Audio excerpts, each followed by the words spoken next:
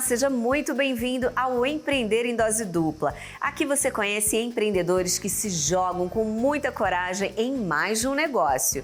Eu sou Camila Xavier e a gente recebe hoje aqui no nosso estúdio Ivan Tonet, que é coordenador de mercado e transformação digital do Sebrae.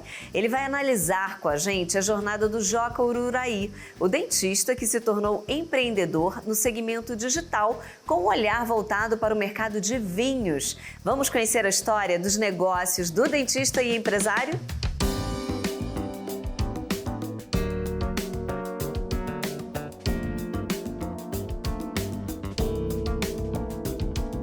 Bom, meu dia a dia, eu me divido entre os diferentes negócios que eu tenho, né?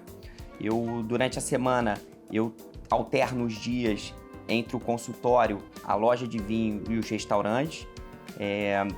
Normalmente, eu tenho um dia da semana que eu fico exclusivamente por conta dos restaurantes e os outros dias da semana eu alterno entre o consultório e a loja de vinho. Meu nome é João Marcos, sou cirurgião dentista, empreendedor e tenho 47 anos. Eu escolhi a profissão, a odontologia, porque eu sou neto de dentistas, né? Meu avô, com quem eu convivi durante muito tempo, sempre me incentivou. Meu pai é médico, sou filho de médico e neto de dentistas, então a biomédica sempre esteve muito presente na minha vida. Convivi muito com o consultório do meu pai e muito com meu avô, quando era criança. Isso sempre teve o meu lado, um direcionamento, né? Eu, quando era adolescente, fiz um teste vocacional e esse teste me deixou muito dividido entre a área de biomédicas, né, e a área de economia. Então, talvez daí venha um pouco, um teste vocacional muito difícil de ser lido, porque eu estava muito dividido entre ser alguma coisa na área médica e alguma coisa na área de finanças. Então, talvez daí venha um pouco esse lado empreendedor, o viés comercial, né? Talvez por aí eu hoje atue tanto na área de operação de restaurante, atuando na área comercial da loja de vinhos, quanto no consultório odontológico.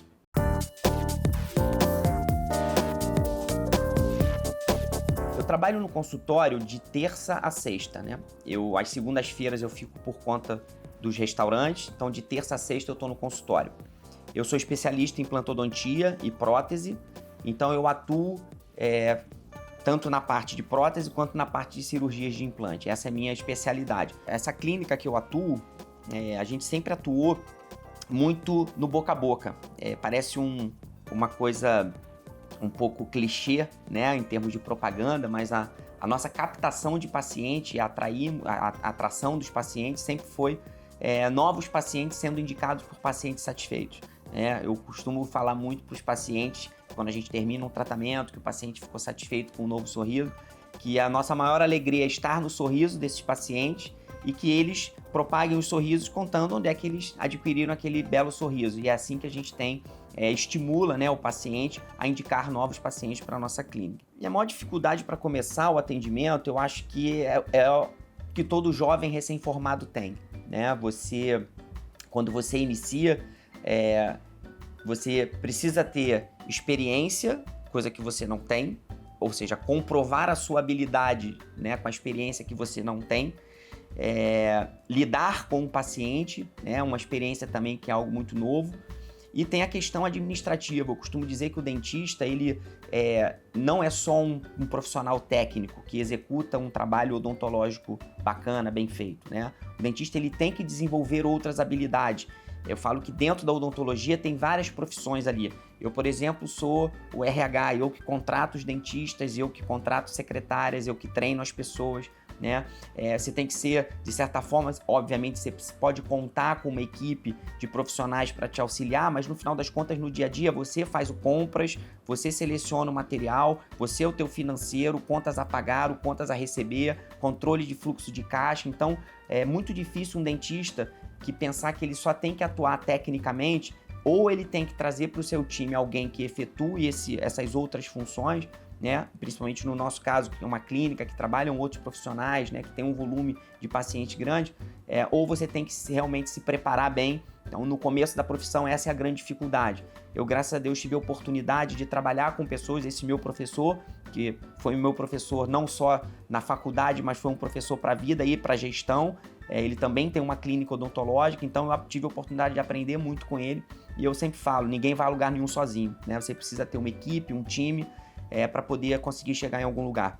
Então hoje, se eu tivesse que dar um conselho para um recém-formado não pense que você tem que ser bom só tecnicamente, você tem que ter uma qualificação técnica, óbvio, né? O serviço que você entrega, mas você tem que buscar, de certa forma, uma ajuda ou uma especialização ou um auxílio para que você consiga desenvolver as outras habilidades que uma clínica odontológica precisa se você quiser empreender.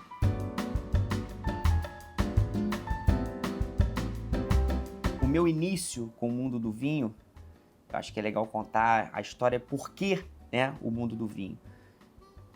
Eu tenho um tio que é um grande colecionador de vinho, que foi uma pessoa com quem eu, quando comecei a namorar a minha esposa, eu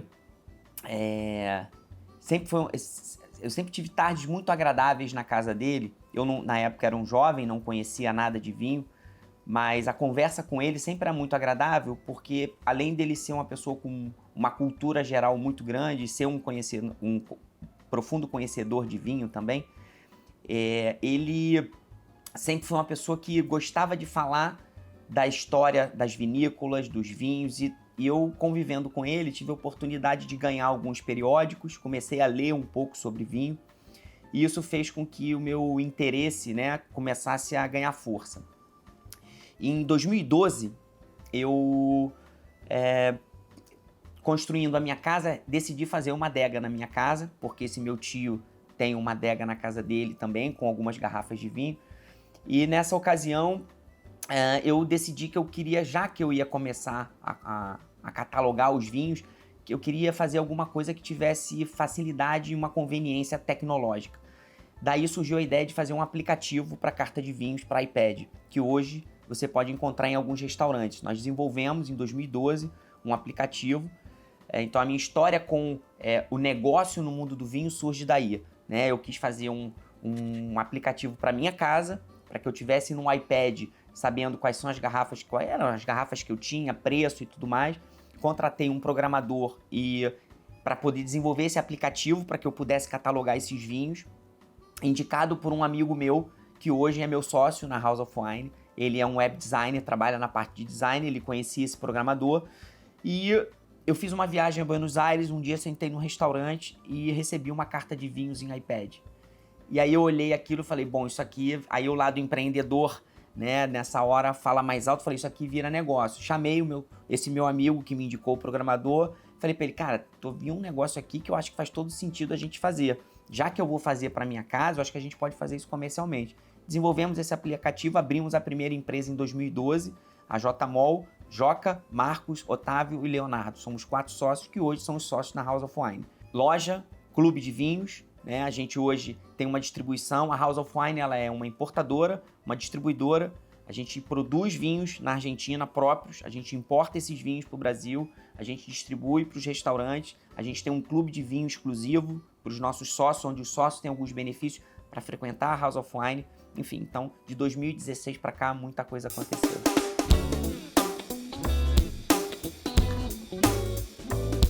O investimento para a montagem da House of Wine foi todo capital próprio, né? Na verdade, nós somos 4 sócios, cada um dos sócios tem uma outra atividade profissional, todos eles têm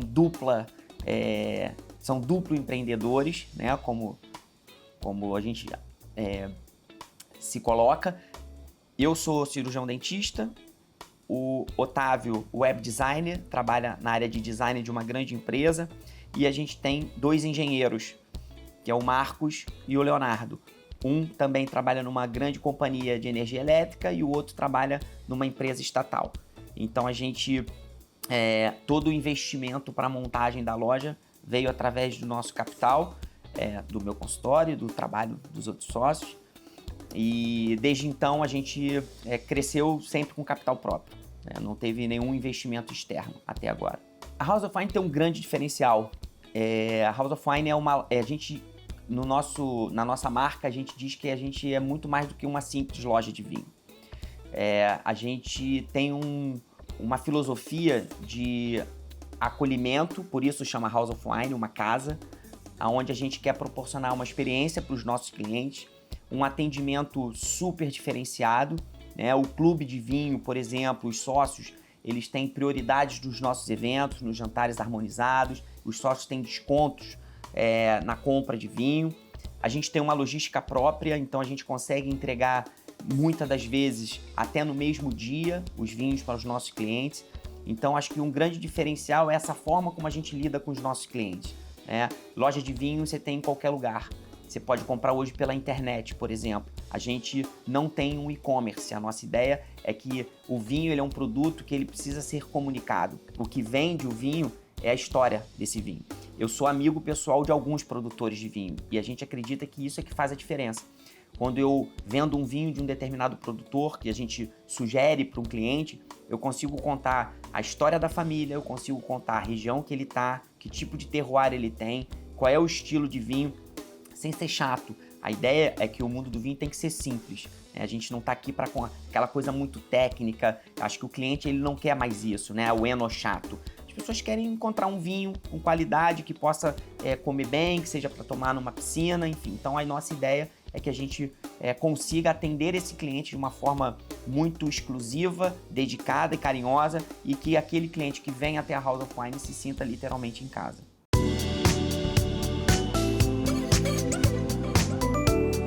Antes de começar a empreender, acho que em qualquer negócio, você precisa entender onde você está entrando. E no mercado de vinho não é diferente. A gente começou esse negócio muito com a paixão.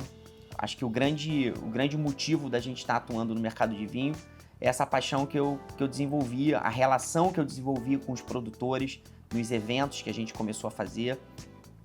Isso fez com que a gente tivesse um acesso muito próximo de alguns importadores. Isso facilita muito a vida. Então, se tivesse que dar um conselho, né, para alguém que vai começar a empreender no setor de vinho, é entender o mercado como um todo, como qualquer negócio que você vai montar, né?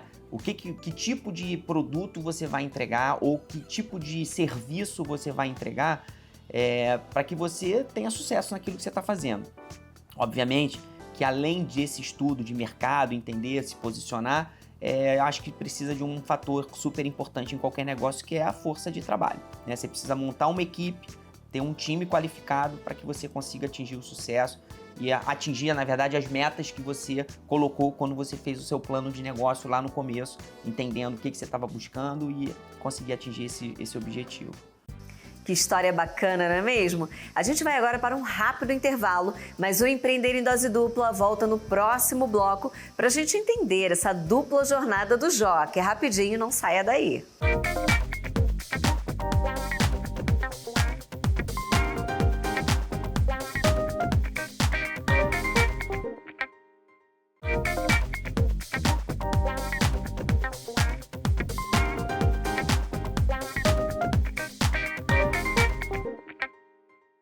O Empreender em Dose Dupla está de volta. Hoje você conheceu a história do João Marcos Ururaí, o dentista que vem desbravando o segmento de vinhos. O especialista Ivan Tonnet, que é coordenador de Mercado e Transformação Digital do Sebrae, é o nosso convidado de hoje para falar sobre essa jornada de um dentista no mundo do empreendedorismo. Ivan, seja muito bem-vindo, é um prazer te receber aqui. Grato, Camila, a satisfação é minha. Ivan, depois de conhecer aí um pouco do empreendimento do Joca, eu quero começar te perguntando sobre esses dois mundos, odontologia e vinho. Definitivamente são negócios que não têm nada a ver um com o outro, né? Isso é bom por algum lado? Trabalhar e administrar mundos laborais tão diferentes? É uma pergunta interessante, Camila, mas o que a gente vê é que muita gente acaba unindo um lado profissional, com o qual já está muito bem resolvido, com algo que gosta bastante, né? Então eu tenho um hobby, meu hobby é entender de mundo dos vinhos, eu acabo aproveitando o que eu entendo de gestão para desenvolver um novo negócio e abrir oportunidades. E de certa forma são empreendimentos diferentes, mas ele, se souber aproveitar ali, ele pode aproveitar a oportunidade de trazer o cliente dele do vinho também para dentro do consultório, né? Sem sombra de dúvida, e o inverso é verdadeiro. Muitas vezes, ao conversar sobre vinhos dentro do consultório, ele descobre, né, que o gosto do cliente também é muito alinhado e a partir daí leva ele para o mundo do vinho. E do outro lado, como você bem comentou, ele também consegue identificar potenciais clientes quando está falando sobre vinho num negócio paralelo, trazê-los para dentro do consultório. É verdade. E ter mais de um negócio pode oferecer aí vantagens estratégicas financeiramente?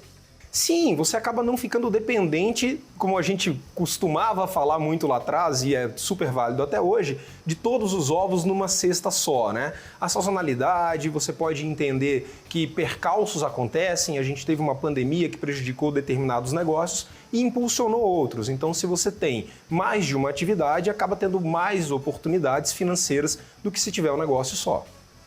E sabemos que administrar um único negócio já é desafiador, né? Como equilibrar, Ivan, ali o tempo e os recursos entre dois negócios assim? E isso é um ponto importante, porque da forma que a gente começou, parece que isso é um mar de rosas, né? Estamos falando sobre sinergia entre as atividades, sobre oportunidades financeiras, porém, o empreendedor tem que entender que há sim certa dificuldade em você operacionalizar negócios distintos. Você tem recurso de tempo que ele é finito. O dia tem 24 horas e você ainda precisa descansar e ter, obviamente, toda a parte de lazer, cuidar de família, enfim. Então, dividir o tempo é importante e a gestão do tempo, né? Quando você fala de gestão do negócio, gestão do tempo é algo crítico. Então, entender sobre isso, como fazer uma boa gestão do tempo, como fazer uma boa gestão financeira e, principalmente, como demandar, ou seja, você não trazer tudo para a sua própria conta, né? Você poder tratar e colaborar com outras pessoas é fundamental para trazer os resultados. Então, o time se torna importante numa situação como essa. Não querer fazer tudo sozinho, né? Delegar o que for delegável. Então, você acha importante ali, de repente, ter alguns parceiros também, não só funcionários, mas fazer algumas parcerias, por exemplo, com quem mexe, né, quem lida com redes sociais, por exemplo, para tomar conta ali das plataformas digitais. É bom ter esses parceiros? Sem sombra de dúvida, eu diria que a gente tem que entender de 3 categorias aqui, né? Os sócios, que no caso do Joca, inclusive, ele tem. Então, quais são os sócios e como eu defino a sociedade, né? As pessoas que me tragam complementaridade, ou seja, que não façam exatamente o que eu faço, que tragam expertises complementares ao que eu vou precisar. Do outro lado, a gente fala de parceiros comerciais, que sejam fornecedores, que sejam parceiros que alavanquem um negócio em outras praças. Enfim, a gente pode trazer representantes comerciais como parceiros, por exemplo. E um terceiro grupo são os colaboradores, que sim, a gente pode ter eles dentro da casa, contratados pela empresa, ou prestadores de serviço que a gente contrata para um eventual, que pode ser até algo corriqueiro, mas em geral até eventual serviço. Então a gente tem esses 3 grupos e é importante se valer deles 3 para operar negócios de uma forma a ganhar escala sem prejudicar tanto o tempo no outro negócio. Sim. E, Ivan, existem alguns aplicativos que ajudam o empreendedor que tem múltiplas tarefas, né? Inclusive na gestão de tempo, não tem? Sem sombra de dúvida. A gente tem muitas ferramentas hoje, desde uma planilha Excel que você pode utilizá-la para poder dimensionar melhor o seu tempo ou não, mas sobretudo apps, né? A gente está falando de tudo na palma da mão, em celulares, para fazer gestão do tempo, para fazer gestão das atividades, como por exemplo um Trello, né? Muito, né? Amplamente utilizado aqui no Brasil já, são ferramentas simples, muitas vezes gratuitas, ou tem uma parte gratuita que já funciona muito bem para o empreendedor começar a fazer a gestão dele, do negócio, das pessoas, das atividades, do tempo, de processos, de uma série de itens que são fundamentais para a vitalidade da empresa. E o planejamento, Ivan, principalmente para quem tem mais de um empreendimento? É importante ter esse planejamento e seguir ele à risca, né? Isso já desde antes de montar o negócio, vamos dizer assim. Sim, Camila, aqui a gente está falando sobre pontos importantes que podem ser identificados como o plano de negócio ou um modelo de negócio, né? Um plano de negócio é algo mais extenso, onde você traz desde a estrutura de análise de cenário, de mercado, de tendências, vai entrando por financeiro, marketing, o entendimento sobre a concorrência, enfim, uma afinidade de informações que você coloca dentro de um plano de negócio que vão guiar a tua empresa. O modelo de negócio é algo mais simples, a gente até utiliza um Canva para fazer isso com 9 blocos e que modela lá qual é o meu cliente, qual é a minha proposta de valor, quanto custa, o que eu preciso entregar para ele, enfim, algo bem mais simples, mais rápido e que a gente utiliza muito isso para validar o negócio, inclusive. É isso que eu quero, valido o negócio, testo rápido, erro, arrumo tudo muito rapidamente também e volto para o mercado para testar novamente. Então é isso que vem funcionando muito bem. E o que acontece é que muitas vezes, mesmo a gente tendo iniciado o negócio, as coisas mudam, né?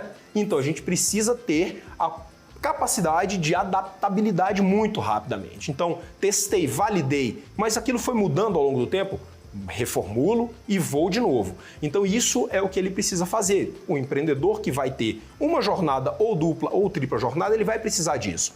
Óbvio que quando a gente fala de quem tem dupla jornada, ele consegue primeiro trazer o que ele conhece do negócio principal dele e já aplicar ferramentas importantes e validadas, então muito legal, mas também ele precisa ter mais cuidado ainda para não misturar as coisas, não misturar a conta bancária, não misturar os planejamentos, né? Entender que ele precisa de horário para um e horário para outro. As coisas precisam estar cada uma no seu lugar. Sim, são empreendimentos diferentes, então é bom ter a contabilidade diferente também, separada, né?